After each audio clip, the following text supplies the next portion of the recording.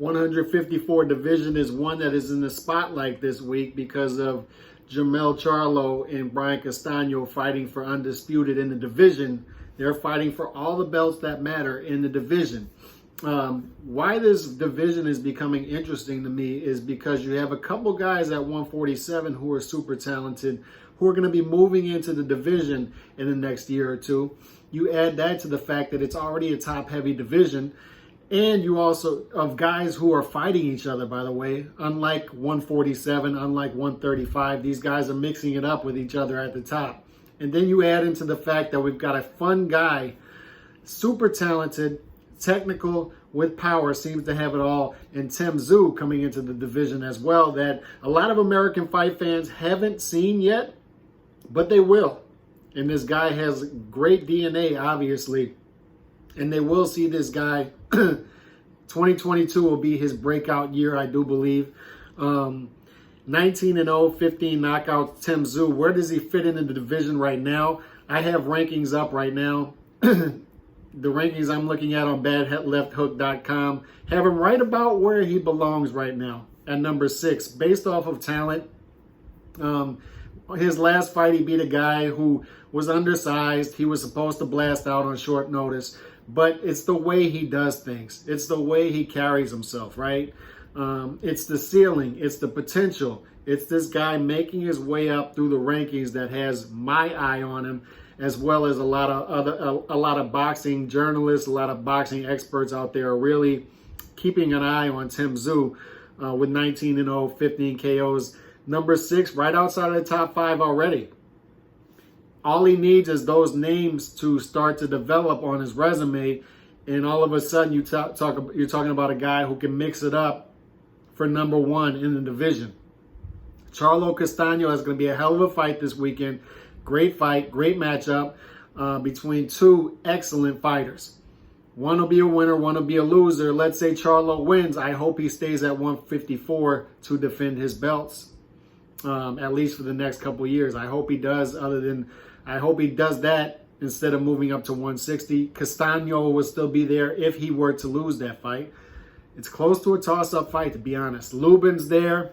Erickson Lubin has won every fight since the Charlo loss 3 or 4 years ago. Rosario just lost to Lubin, but he's still a guy that likes to mix it up as well. Julian Williams is there, and Tszyu is right there behind those guys. Fundora's in the mix. He's going to fight Sergio Garcia soon. So this is a fun top 10 division, and Tszyu is right in the middle of that mix. And he's a guy I'm very interested in seeing how he develops, how they develop him over the next couple of years.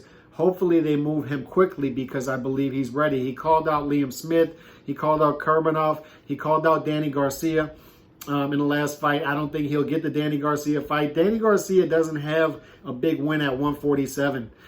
He wasn't really a great welterweight, so I don't see him being a great junior middleweight.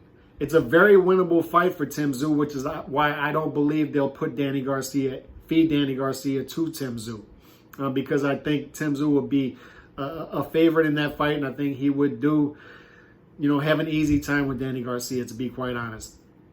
But other fights that are out there, you have those top guys in the top 5 that are there, but then you have, what makes this an interesting division is you have those names. Danny Garcia is moving up to 154, so they say.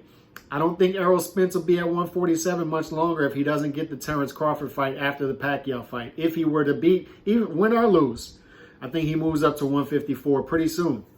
Terrence Crawford having struggles getting fights at 147. There's rumors he's going to stay with Top Rank and fight Josh Taylor.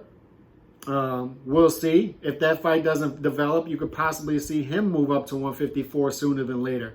Boots Ennis, a young guy with a big frame. I think he'll be at welterweight for a little while, but he's a guy who might be at 154 sooner than later. So what I'm saying is, if these guys in the top 5 stick around at 154, Tszyu is right behind them, and then you have these new names come up to 154. All of a sudden, you got yourself a Shark Tank at junior middleweight, and I think Tszyu fits in nicely at 154 right now. And I want to see them step this guy up, because the only thing he doesn't have right now is that name on the resume. The eye test, he passes flying colors. Everything seems to be there for Tszyu. Nice hand speed, good defense, excellent power. It's all there. Lateral movement. He's an athletic fighter. It's all there for him. Let's start to see those names on the resume, and I hope they step him up sooner than later because he's ready. He said he's ready. All right? And I'd like to see him fight in America because I think the American fight fans would love watching this guy and getting more exposure to this guy. He's one to look out for, man. I'm telling you. Tszyu is one to look out for. So let me know what y'all think the landscape at 154 looks. How does Tszyu fit in with that landscape? Hit me up, man. God bless. Peace.